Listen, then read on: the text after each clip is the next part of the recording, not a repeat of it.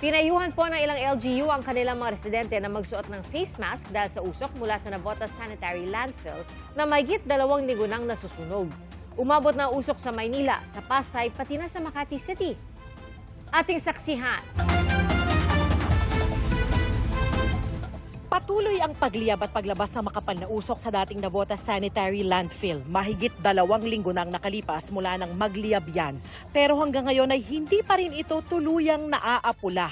Dahil dito, patuloy ring naapektuhan ng mga residente na tinitiis na lang ang nalalanghap na usok. Talaga nung una, tumasakit yung dibdib ko talaga. Pero sa ngayon, parang unti-unti nang naaano. Nasasanay na kami. Apektado rin ng usok ang Barangay Binuangan at Salambao sa Obando, Bulacan. Umaabot na rin ito sa mga lungsod sa Southern Metro Manila, gaya sa Pasay City na kapansin-pansin ang makapal na usok kagabi. Kaya nagbabala ang Pasay City DRRMO sa anilay poor air quality dala ng usok galing sa landfill. Sama ng amoy.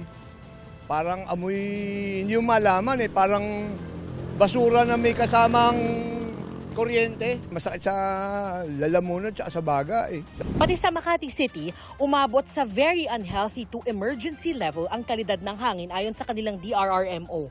Kala nga ng mga tao dyan, sunog Ay, yung dyan sa LRT, landfill pala yung galing. Medyo masakit din sa mata. Naitala rin ang very unhealthy na kalidad ng hangin sa maraming air quality centers sa Maynila maghahating gabi. Posible raw itong dulot ng usok galing sa landfill na sinabayan ng hangin papunta sa Maynila at iba pang karatig na lungsod. Ayon kay Navotas Mayor John Ray Tiangco, bumuti na ang kalidad ng hangin itong mga nakaraang araw. Nagkataon daw na nagbago ang direksyon ng hangin kagabi at ngayong araw, kaya naapektuhan ng mga kalapit na lungsod. Sa ngayon, hindi pa raw nakikita ng LGU ang pangangailangan na magdeklara ng state of emergency sa Navotas. Base na rin daw yan sa rekomendasyon ng NDRRMO.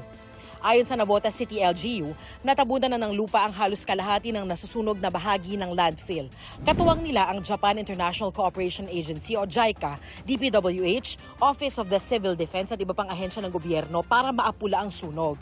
Sabi ng DENR, may direktiba ang Environmental Management Bureau sa mga regional director na i-require sa landfill operators ang pagbuo ng contingency plans. Extreme heat nowadays, we can anticipate that not only for landfills but also for grass and forest fires which have been occurring consistently. Ako si Darlene Kai, ang inyong saksi.